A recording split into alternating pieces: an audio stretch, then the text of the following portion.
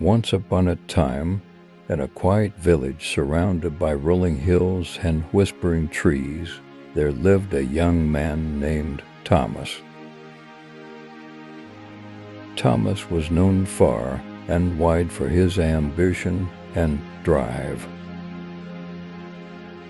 He worked hard, pushing himself to achieve great things, but he often did so at the expense of the people around him. Thomas was deeply in love with a kind and gentle woman named Emily. Emily loved him with all her heart, but she often felt neglected as Thomas prioritized his work over their relationship. There's plenty of time for us. Thomas would say whenever Emily tried to spend more time with him. I just need to focus on my career right now. Years passed, and Thomas's hard work paid off. He became a wealthy and respected man, but in the process, he grew distant from the people who cared about him. He missed family gatherings, lost touch with old friends, and most painfully, he began to drift apart from Emily. One day, Emily, tired of feeling like a distant second to Thomas's ambitions, decided to leave. She left a note on the kitchen table saying, "I will always love you, but I need to find happiness too. I hope you understand." Thomas was devastated when he found the note. He had been so focused on building his future that he hadn't noticed he was losing the most important part of his life. Thomas tried to move on, but he couldn't shake the feeling of regret. Every success felt hollow without Emily by his side. He would sit alone in his big house, looking out at the sunset, and whispered to himself, If I could turn back the hands of time, I would do things differently. One evening, as Thomas walked through the village, he came across an old, mysterious shop he had never noticed before. The sign above the door read, "The Timekeeper's Emporium." Curious, Thomas stepped inside. The shop was filled with all sorts of strange and wondrous items, but what caught his eye was a large, ornate clock sitting on a pedestal in the center of the room.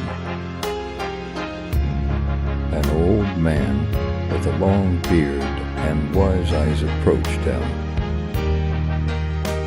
Ah, I see you're interested in the clock of time. The old man said, This is no ordinary clock. It has the power to turn back the hands of time. But be warned, time is a powerful force, not to be tampered with lightly. Desperate to correct his mistakes, Thomas didn't hesitate. I'll do anything to go back. He pleaded.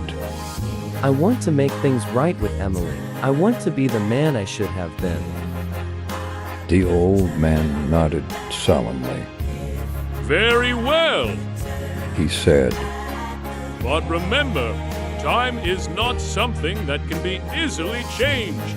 You must be sure of your decision. Thomas took a deep breath and turned the clock's hands backward, watching as the years rolled away. When he opened his eyes, he found himself standing in his old kitchen, years in the past. Emily humming softly in the next room. His heart swelled with emotion. He had been given a second chance. This time, Thomas did things differently. He made time for Emily, put her first, and learned to balance his work with his personal life. As the years passed, Thomas and Emily grew old together, their love stronger than ever.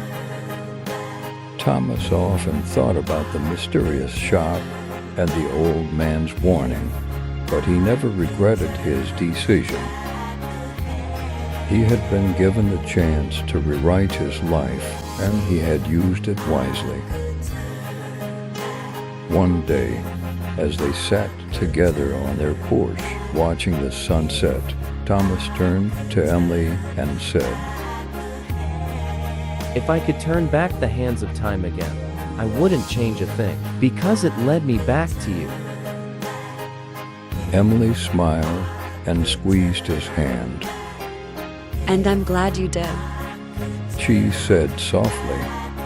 Thomas had learned that time is precious, and it's not the successes or riches that matter most, but the love and connections we share with others. His story became a reminder to everyone in the village that life is fleeting, and the moments we cherish most are the ones spent with the people we love. And so Thomas's story was passed down through generations, a tale of love, regret, and the power of a second chance. The Timekeeper's Emporium was never seen again, but its lesson remained: if we are fortunate enough to have the time, we must use it wisely, for it is the most precious gift we have.